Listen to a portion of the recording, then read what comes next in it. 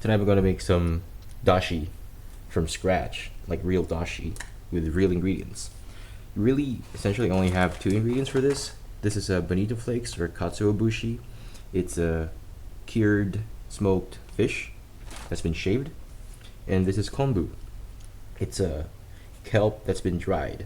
If you notice that your konbu has this white powdery thing on top of it, don't brush that off because that's the natural salts that's present within the konbu, and that's essentially umami, and you want that for your dashi. So I just put that in a pot, about that much for this amount of konbu, maybe a bit more. Ideally, you would soak this overnight, just on the counter. But if you really need dashi right now, it doesn't really matter. So we are just going to bring this up to a light simmer. All right, you don't want to boil this. If you start boiling it, it becomes slimy, and you get that off flavors from the kombu, which is something that you don't want. Once you get into this stage, it's not even a light simmer anymore. Turn the heat off. You really don't want this to boil. As soon as it almost boils, you turn down the heat. It's completely off, and then I like to let it sit for maybe 1 to 2 minutes. After you let this sit for about 2 minutes, you take the konbu out, but don't throw this away because you can still use this for furikake, or basically it's a topping that you put over rice.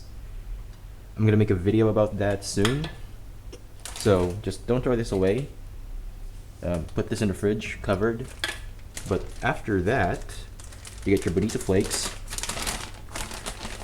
I just get about a handful, and let it steep like tea on the dashi that you made.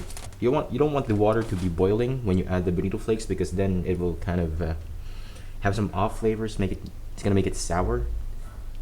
So really just let this steep for about 10 minutes. Once the 10 minutes are up, you can then strain the dashi and really just squeeze out the bonito flakes, so you get that every last bit of umami packed broth in there. Just squeeze it. Also, this helps later on with making the furikake, because you need this to be dry too. So if you squeeze a lot of moisture here, it's gonna make your job easier later down the line.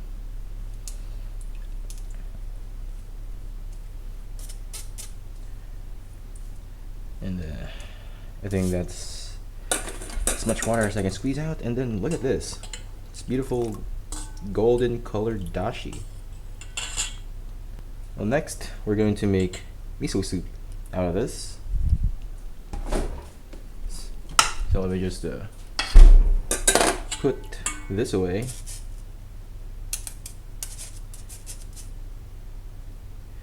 I'll deal with that later.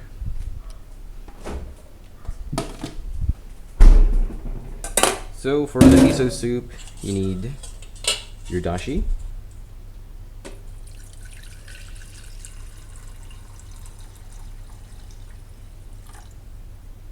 yep, I'll use that much. And then this is a wakame, essentially it's dried seaweed. The typical, I guess, toppings, if you can call it that, for miso soup is wakame, tofu, and green onion. I don't have green onions right now, but that's fine. I have my tofu here. Ideally, you can use silicon tofu because it's got a much better texture, but firm tofu works just as well. I'm gonna add my tofu in there, and then we add our miso. About a tablespoon for 2 servings. A tablespoon for about this much water. That should be good. I've seen a lot of people use several different methods of incorporating the miso into their dashi. There are some who use a strainer and slowly mix the miso in.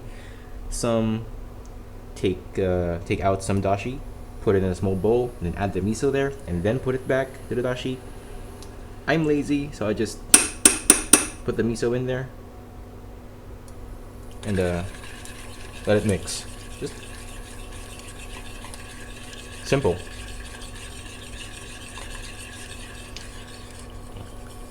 Do be careful because you have your tofu in here already. You don't want to break that up, especially if you're using silicon tofu, which is extremely delicate. But just mix that in. See, it works, right? And I'll just let that hang over there.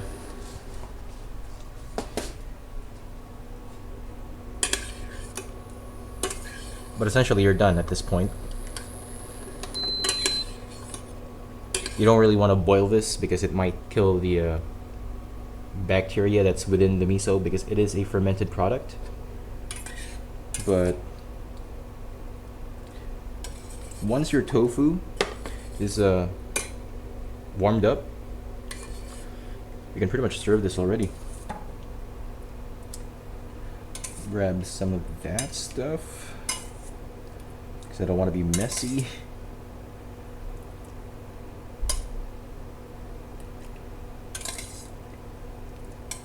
I have some undissolved bits of miso in there, but that's fine.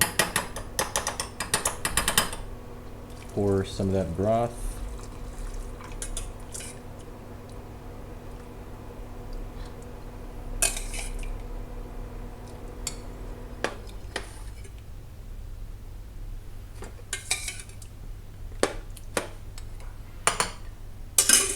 Top this with green onions, and that's basically it. There you have it, miso soup.